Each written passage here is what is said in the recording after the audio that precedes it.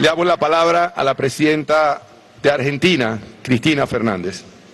Muchas gracias, señor presidente. En primer término, agradecer al presidente Juan Carlos Varela la cálida bienvenida del y de su pueblo a esta séptima cumbre de las Américas. También saludar a todos los mandatarios y mandatarias presentes, jefes de delegaciones. Y bueno, no resulta fácil hablar después de la intervención del presidente de la República de Cuba, amigo y comandante Raúl Castro, pero creo sinceramente que a partir de esta intervención sería necesario que en todas las cumbres, no solamente de las Américas, sino en todas las cumbres, en todos los foros internacionales, en las cuales somos tan afectos a incluir como en esta, y estoy muy de acuerdo en hacerlo, las palabras, las ideas y las convicciones de equidad, de prosperidad y de igualdad, nos decidiéramos también a incluir como tema la sinceridad.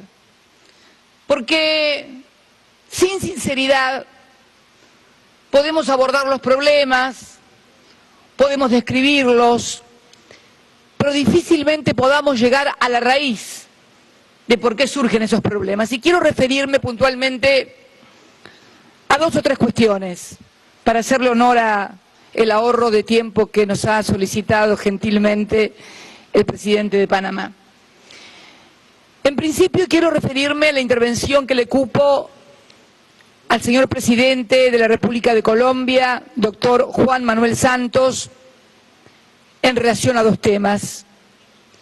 Uno de carácter global y que nos preocupa a todos, pero que además de preocuparnos debe ocuparnos en señalar las causas, las consecuencias y cómo combatir el problema del narcotráfico, porque la droga y el narcotráfico puede convertir a estados de esta región en estados fallidos. Hablaba Juan Manuel del combate contra la droga, algo en el que todos estamos comprometidos, pero si realmente no se aborda la droga desde el problema de los países consumidores, porque tenemos que decir también la verdad, los países en donde se la produce no es mayormente donde se la consume. Y también hablar del financiamiento del narcotráfico, porque en los países productores, cuando sale la sustancia tóxica, vale $2.000, pero por ejemplo llega a Chicago y vale 40.000. Entonces, deberíamos abordar, y deberían abordar fundamentalmente los países que más consumen droga, este problema, y fundamentalmente también el nudo de la cuestión, el financiamiento. ¿En dónde se lava el dinero del narcotráfico? ¿En los bancos de los países que la producen o en los bancos de los países desarrollados y los paraísos fiscales que pertenecen a los países desarrollados? No seamos cínicos, no seamos cínicos.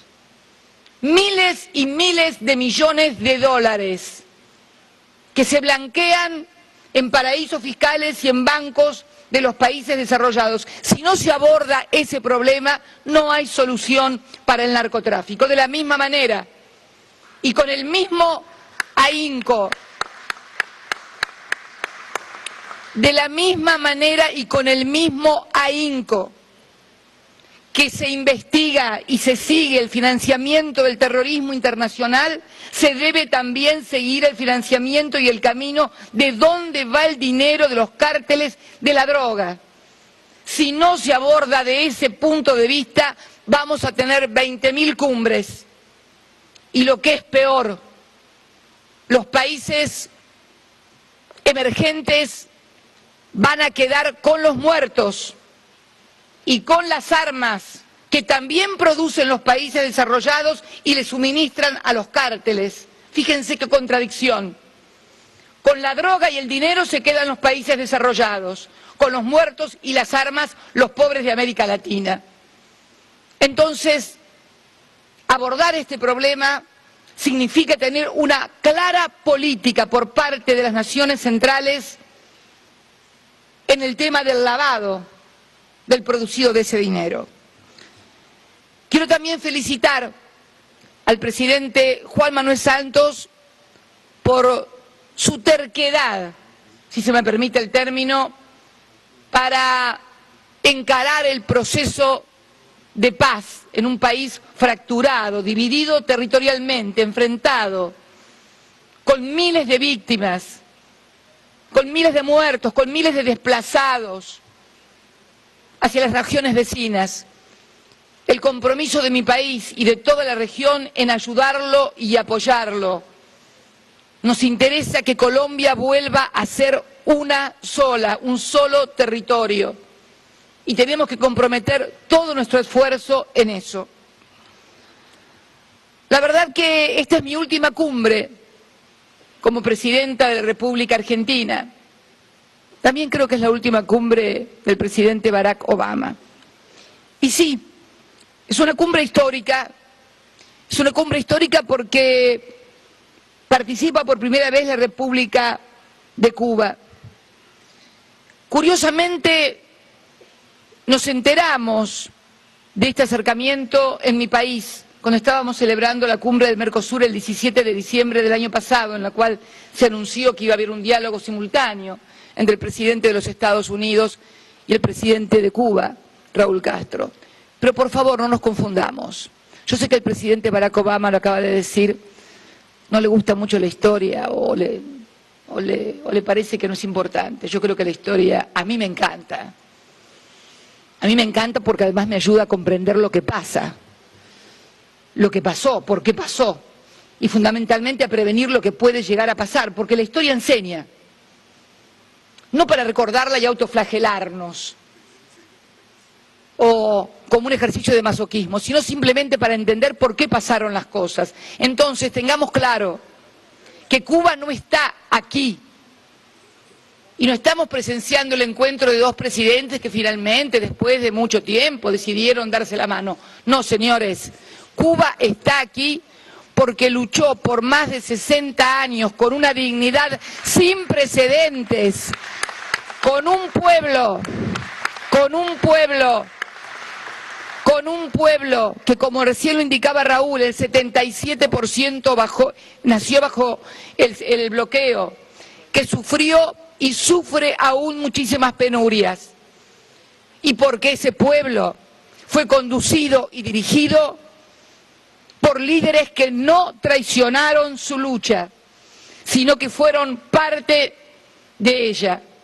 No por ello debemos dejar de valorar, como lo hemos hecho y así lo he manifestado, en forma absolutamente positiva, la decisión del presidente Barack Obama de iniciar el diálogo, de que sea bajo su presidencia que se inicie el diálogo. Es una actitud positiva y la valoramos. Y la verdad que estábamos muy contentos de venir a esta cumbre de las Américas a producir y a presenciar, más que a producir, este hecho histórico de el triunfo de la Revolución Cubana, porque el verdadero triunfo de la Revolución Cubana es este que hoy estamos viviendo aquí. Y estábamos contentos porque, bueno, digo, voy a participar como presidenta en la última reunión en un hecho histórico. Y en eso estábamos cuando de repente surge o se firma un decreto en donde se declara a la hermana República Bolivariana de Venezuela como amenaza para la seguridad de los Estados Unidos de Norteamérica. Les confieso a todos mis colegas que cuando escuché la noticia dije, no, debe haber un error. Debe ser que no están de acuerdo con las políticas, que condenan las políticas. Y no, me trajeron la orden. Una amenaza para la seguridad de los Estados Unidos. Y la verdad que no me surgió una respuesta de carácter flamígero, antiimperialista.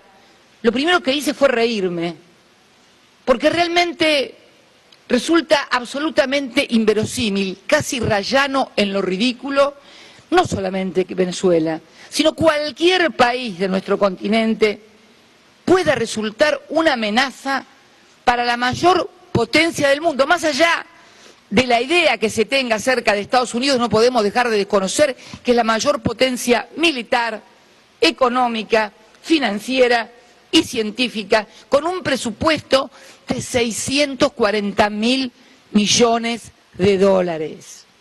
640.000 millones de dólares, que de paso, y agrego así como al pasar, deberían hacerlos más efectivos para combatir el narcotráfico y la inmigración ilegal, porque con tanto presupuesto no se entiende cómo no se puede combatir al narcotráfico y hay 11 millones de indocumentados. Pero siguiendo con el tema, le preguntaba anoche a Nicolás Maduro, ¿cuánto es tu presupuesto? Y creo que me dijo 1.000 millones, 2.000 millones de dólares, un poquito más. ¿Cómo puede entonces concebirse que la mayor potencia del mundo pueda considerar una amenaza a la República Bolivariana de Venezuela? Es más, escuchaba el discurso o las explicaciones del presidente Barack Obama a sus propios compatriotas luego de firmar el día 2 de abril el acuerdo con Irán acerca de la materia nuclear, conjuntamente con los otros integrantes del Consejo de Seguridad más Alemania, explicarle a sus propios compatriotas que debían sentirse seguros porque Estados Unidos era el país más poderoso del mundo y que Irán apenas contaba con un presupuesto de 30.000 millones de dólares, mientras que Estados Unidos contaba con un presupuesto de más de 600.000 millones de dólares. Es una sinrazón y es realmente una pena, presidente Obama. No sé si estará presente o se habrá retirado, no alcanzo a ver, tendría que ponerme los anteojos si no tengo ganas. No está, no importa, alguien se lo contará. Es una pena, realmente, que tal vez producto de negociaciones internas en su país, porque sabemos también que no las tiene fácil, sabemos también de los sectores más reaccionarios, que lo acorralan, que le piden cosas, sabemos de la negociación política que tiene que llevar a cabo con varias dificultades, pero realmente, si querían enfrentar a Venezuela, deberían haber encontrado otra forma, porque en realidad nadie puede creer esto, como nadie puede creer que el Reino Unido haya declarado también una amenaza a mi país, la República Argentina, respecto de nuestro propio territorio, que son las Islas Malvinas. Resulta absurdo, un presupuesto de casi 60.000 millones de dólares, 2.3 del PBI del Reino Unido está dedicado a defensa. Absurdo también, pero me llamó la atención la similitud y la simultaneidad de ambas posiciones. Y me llama la atención porque han gobernado mi país dictaduras terribles que acabaron con la vida de miles de argentinos y que fueron precisamente las que decidieron la guerra de Malvinas en 1982. Y sin embargo, con ellos se tuvo siempre relaciones, casi diríamos cordiales. Por eso digo que es una pena que esta cumbre se vea ensombrecida por esa decisión y pedimos, junto a los demás hermanos países, que ese decreto sea dejado de lado, pero no por una cuestión, miren, no voy a apelar ni a la soberanía, ni a discursos lacrimógenos, simplemente apelar al sentido común. Decía el líder que fundó mi movimiento, el general Perón, que se vuelve de cualquier lugar menos del ridículo. Y la verdad que resulta absolutamente ridículo considerarnos a cualquiera de nosotros una amenaza. También, y para finalizar, señor presidente, a mí sí que me gusta la historia y he leído también que se dice que los días de nuestra agenda, lo dijo el presidente Obama también, en este hemisferio, a menudo suponía que Estados Unidos podía interferir con impunidad, ya están en el pasado. Es cierto que las interferencias que recordamos y que hizo mención, por ejemplo, el presidente Castro, derrocamientos de gobiernos democráticos, tal vez el más emblemático, el Salvador Allende, Jacobo Arbenz, forman parte de la historia de invasiones o de tercerización de los golpes a través de las Fuerzas Armadas locales de cada país. Pero también es cierto que ha surgido nuevas formas más sutiles de intervención e influencia en nuestros gobiernos, a través de lo que se conoce como los golpes suaves. Golpes suaves donde se utilizan medios masivos de comunicación multinacionales, denuncias falsas, asociaciones caprichosas de estados con otros estados para hacer no sé qué cosas y qué conspiraciones. Son más sutiles, son más sofisticadas, pero no por ello dejan de ser intervenciones y siempre encuentran su origen en nuevas organizaciones bajo el nombre de ONGs. El otro día lo leí en un artículo muy interesante en un diario de México. ONGs que siempre luchan o por la libertad o por los derechos humanos o por todas las cosas loables que todos compartimos, que nunca se sabe de dónde se financian, que siempre están dispuestas a hacer las denuncias más esotéricas, que nunca pueden comprobarlas, pero que apuntan claramente a la desestabilización de los gobiernos de la región y fundamentalmente de aquellos gobiernos, curiosamente, que más han hecho por la equidad, por la educación y por la inclusión social. Yo creo en las palabras de los que dicen que quieren un mundo más justo, donde los chicos vayan al colegio, donde todos tengan derechos, donde puedan estudiar, donde haya salud. Pero entonces, ¿por qué se combate y se tilda de populistas precisamente a los gobiernos que en América del Sur, que en la América Latina han sido los que mayor logros en materia de derechos humanos, de equidad, de inclusión, de educación, de salud han logrado? ¿Por qué apoyaban o apoyan a gobiernos que plantean políticas neoliberales, que excluyen ciudadanos? ¿Y por qué combaten a los gobiernos que por allí pueden tener diferencias, y es lógico que las haya, pero que podemos mostrar certificado de haber sido en esta década los que más compatriotas hemos incluido y le hemos robado al hambre, a la miseria y a la pobreza? Por eso digo, para finalizar, señor presidente, y no extenderme, que es necesario que luego cuando hablemos a solas los mandatarios, lo hagamos con absoluta sinceridad. Todos sabemos que cuando hablamos de los grandes países dominantes en la región, cuando decimos Estados Unidos, no estamos hablando únicamente del poder ejecutivo, estamos hablando de un montón de factores de poder, porque las propias conformaciones de las potencias van generando poderes que se van autonomizando del poder político electo por los pueblos y que muchas veces enfrentan a ese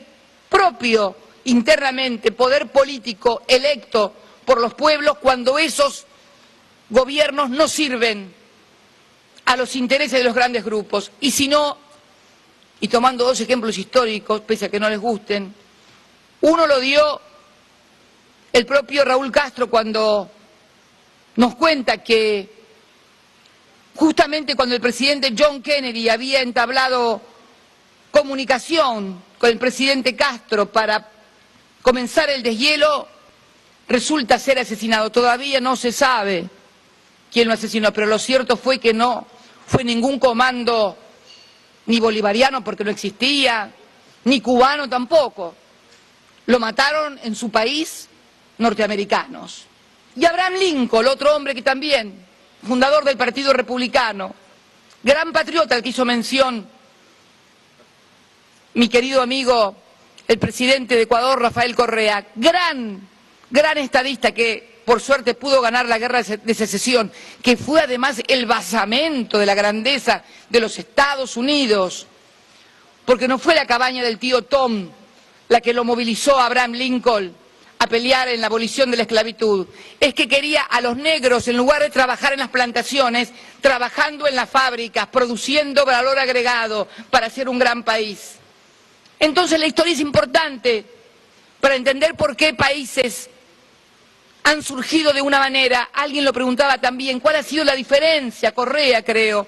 ¿Por qué si nacimos todos al mismo tiempo o casi simultáneamente nuestros derechos de independencia, algunos todavía seguimos siendo países emergentes y otros como Estados Unidos han tenido la suerte de ser una gran potencia, la más grande del mundo? Bueno, porque hay que estudiar la historia y ver lo que hizo su dirigencia. Su dirigencia no fueron las élites que gobernaron nuestros países y que miraban a Europa o al norte para ver qué mandato les daban. Al contrario, fueron verdaderos patriotas, como Lincoln, como Jefferson, como Franklin. Entonces la historia es importante porque la historia nos explica por qué unos somos una cosa y otros son otra, porque todo tiene que ver con todo. Por eso, señor presidente de Panamá, quiero agradecerle profundamente esta reunión, la cordialidad. También quiero, para finalizar, extender una fraternal saludo, apoyo al desastre natural que está viviendo la hermana República de Chile y a su presidenta, mi querida amiga y compañera Michelle Bachelet. Y decirles a todos que es necesario, sinceramente, abordar con mucha sinceridad los problemas que tenemos. No le tengamos miedo a la historia, no le tengamos miedo a las ideologías, al contrario, miren lo que ha pasado después de que decretaron el fin de las ideologías, aparecieron los fundamentalistas, que son el verdadero problema que hoy tiene la seguridad y la paz en el mundo. Mucho más problemático que las ideas, porque las ideas se pueden combatir con otra idea, pero cuando alguien te dice que mata en nombre de Dios, es mucho más difícil dar la pelea y el combate. Por eso no reneguemos de las ideologías. Fueron las que generaron la civilización del siglo XX, las que permitieron los sólidos fundamentos del adelanto científico que va a caracterizar el siglo XXI. Entonces, aprendamos de la historia, defendamos nuestras ideas y fundamentalmente entendamos que estamos ante un mundo diferente, con nuevos desafíos, que exige un nuevo marco teórico para entenderlo. Si no lo entendemos, difícilmente podamos abordar los verdaderos problemas y los verdaderos peligros. Muchas gracias y muy buenos días a todos y a todas.